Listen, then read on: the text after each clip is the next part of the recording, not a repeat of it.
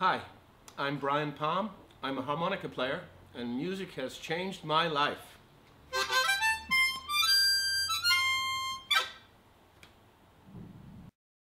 My earliest musical experience, well, my first contact with music was as a kid growing up, um, off the TV, cowboy movies and TV music, and rock and roll music. Elvis and all was still being played on the radio, believe it or not. The Beatles and Rolling Stones and all that, British Invasion, the Kinks and all that stuff. And that developed into an interest in, in American music as well. Bob Dylan and Woody Guthrie and early roots music, Leadbelly and stuff like that. And then as I got to be about a teenager, I got into blues and Hendrix and all that kind of side of rock music. Electric music, Canned Heat. I used to love Canned Heat and all the sort of West Coast bands, Big Brother and the Holding Company, who worked with Janis Joplin, and all that kind of West Coast. And then soul music, drenched in music. And I used to drive around in the States in the car, and on the radio you'd have AM radio, you'd have your choice of nothing, really. Very rarely something would come across. But there used to be one song I loved that no one had ever heard of them. The boys are back in town, the boys are, what the hell is this? And that was one of the things, turn that shit off, put on some Doobie Brothers. No, we'll dial that one in again. Then I came to Ireland. Now, playing music, my first experience would be, thank you, camping. I used to go camping a lot up in the woods. And I'd bring the harmonica with me as a way to while away the hours. That is a good way to practice because no one is around to tell you to shut up. When you're learning, you have to just start at the beginning. So that was my instrument. Perhaps I would say the instrument chose me rather than me choosing it. It was portable, and I had no formal musical training, lessons or anything. And when I got to Ireland, I fell in with a bunch of musicians, and we'd all go back to the flat and jam. And then found that we were pretty good and people liked it, so we went out, believe it or not, used to go out busking on Grafton Street. And I was at the time working in Boland's Mills in the bread factory, and we made more money busking than we did working, so that had a kind of neat segue right into getting paid for it. And I dabbled in early recording techniques and early kind of tape crazy stuff. We used to plug directly into the socket with bare wires and run amps through car batteries and crazy things to experiment with sound and recording. And that led, of course, to the big step of playing indoors, which is, a genuine step I've gone through. It's very much a blues man's trajectory, perhaps.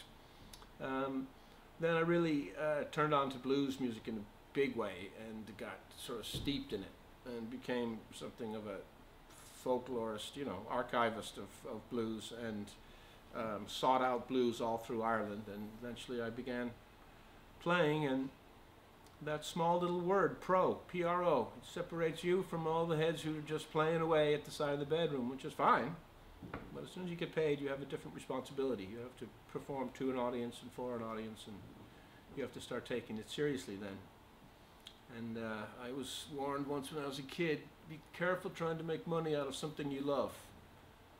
It was sage advice, It is a difficult task to take something you really love and then try to earn from it. Luckily, in my case, it worked out, so far so good. Wow. Well, I have to say, in sort of a career spanning 2 decades, I've had some great moments on stage, but meeting some of my, if you will, heroes of the blues and being honored to work with them and, to be friends with them, I think has been perhaps one of the greatest triumphs of my career with Mary Stokes in particular, because I've had some of my greatest moments and I wasn't even on stage. When Mary introduced our friend Taj Mahal to Booker T of Booker T and the MGs, they had never met before, and Mary, oh, Booker T, have you met Taj Mahal? That was great. John Lee Hooker, when we were in the States, John Lee Hooker dismissed everyone from his dressing room so that he could have a deeper conversation with Mary. Got rid of his whole band and the hangers on, everyone out, and he just wanted to talk to Mary Stokes. And to me, that was one of the great moments. He did not shake hands because obviously he's an elderly man and his hands were priceless. He shook our hand.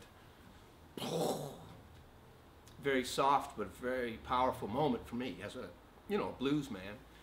And then I think another thing that I'm very proud of, working with Carrie Bell, a great harmonica player from Chicago who worked with Muddy Waters for many, many years, and has in fact a dynasty. The Bell family are still, Laurie Bell, his son, and Stevie, and all the other Bell.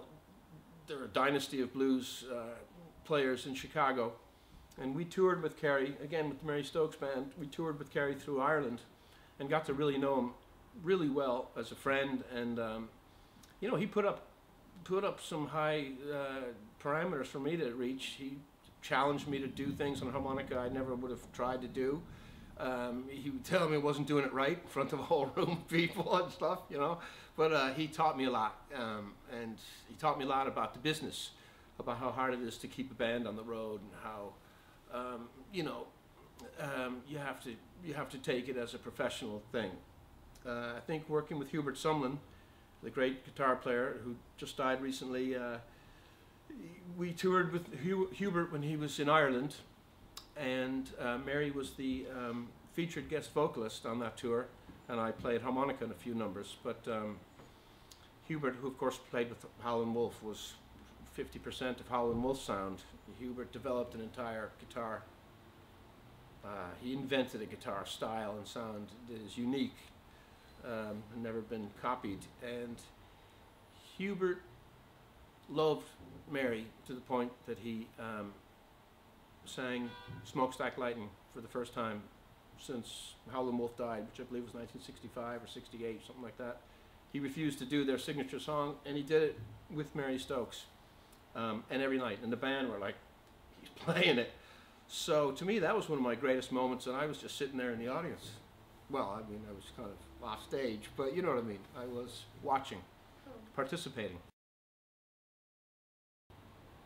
Well, listening to music, depending on what type of music it is, it either, you know, really, well, I hate hearing some music, so some music makes me feel rotten.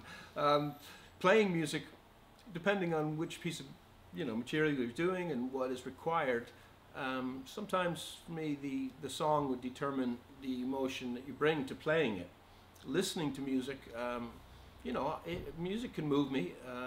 I've listened to blues records, you know, up full volume in the dark, lying on the floor, and wow, you know, there's a whole language out there, and an entire ideology in music that you can tap into or not, depending on your tastes. And for me, blues seem to really reach something in me and satisfy.